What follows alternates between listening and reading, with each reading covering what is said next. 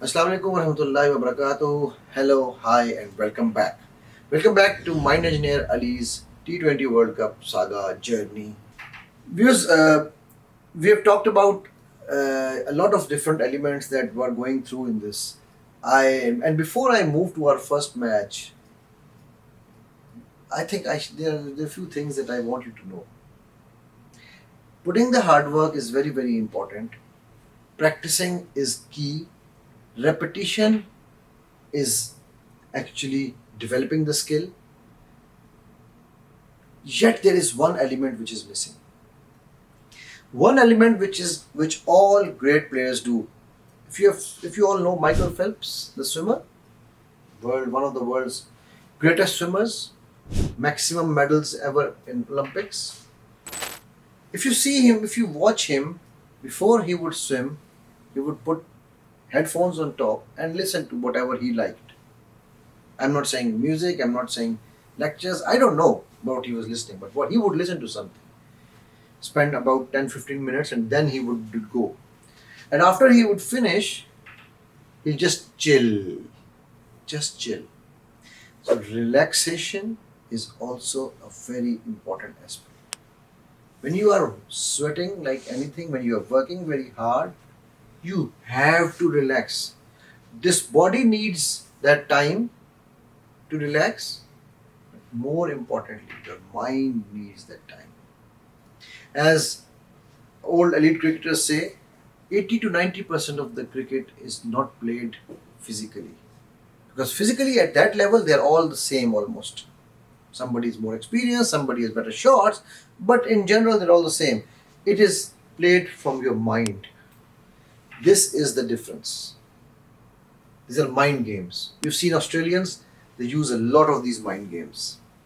You know, uh, although I am at all not a fan of bullying, I call it bullying. You, no matter whatever name you want to call it, okay.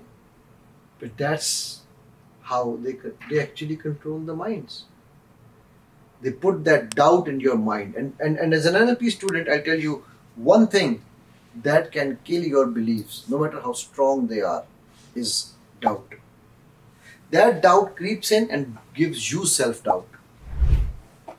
And when you have self doubt, no matter how good you have been performing, how amazing you were in your works, people will be saying you are good. But when you have self doubt, trust me, that's a killer. That's a no go zone. So, rest is very important. And rest does not mean sleep only. Sleep is, of course, of prime importance. And one biggest enemy of your mental relaxation after the game is your best friend in your hand, your mobile. Your mobile screen addiction is actually the biggest killer of good elite players going down.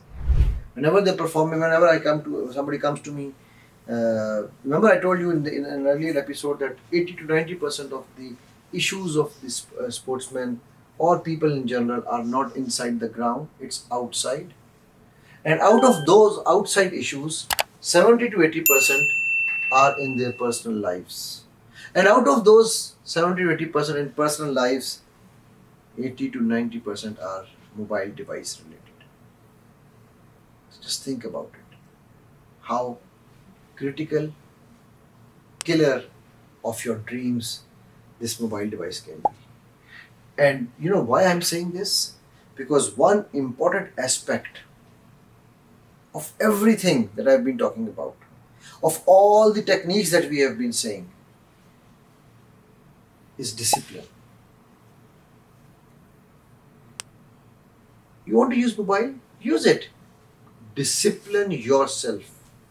If you are browsing without mentioning any names, it doesn't matter if it is shorts or TikToks or Instas, whatever you want to say. If you're browsing, you should know when to stop. That's discipline. You should know what to watch. That's discipline. You should know where to watch, which channel you would be less addictive to. Because screen addiction, I have seen, has spoiled potentially very, very highly rated players. I have worked with three of them, not in the Afghanistan team, but in general. Players are a bit more disciplined, and that discipline actually you have seen in the grounds in the World Cup. So discipline compared to the ones that I have worked otherwise. So this discipline is actually like the topping on the icing on the cake. Okay, if your discipline is not in place, I'm sorry, you are not meant to be at the peak. You are not an elite performer, regardless of if it's a job, business, sports, whatever it is. You can never be. Discipline is the key. Knowing when to wake up, knowing when to sleep, 8 to 10 hours a minimum of sleep, and then do something. Sit with your friends, call your family. One of the players I remember, without of course mentioning names, he said the moment he was having stress, he's such a lucky guy, such a lucky couple, he would call his wife and they would talk for 30 minutes, 1 hour, and that would be his best relaxation. Amazing, isn't it? So these are the things that are missing. We do everything and then we think over practicing is called burning yourself. If you are practicing, practice it for a purpose. Again, that's discipline. Okay. So when you are in discipline, you can repeat. The best part of being in discipline, you will know how to kill procrastination. Otherwise, procrastination is going to kill your dreams.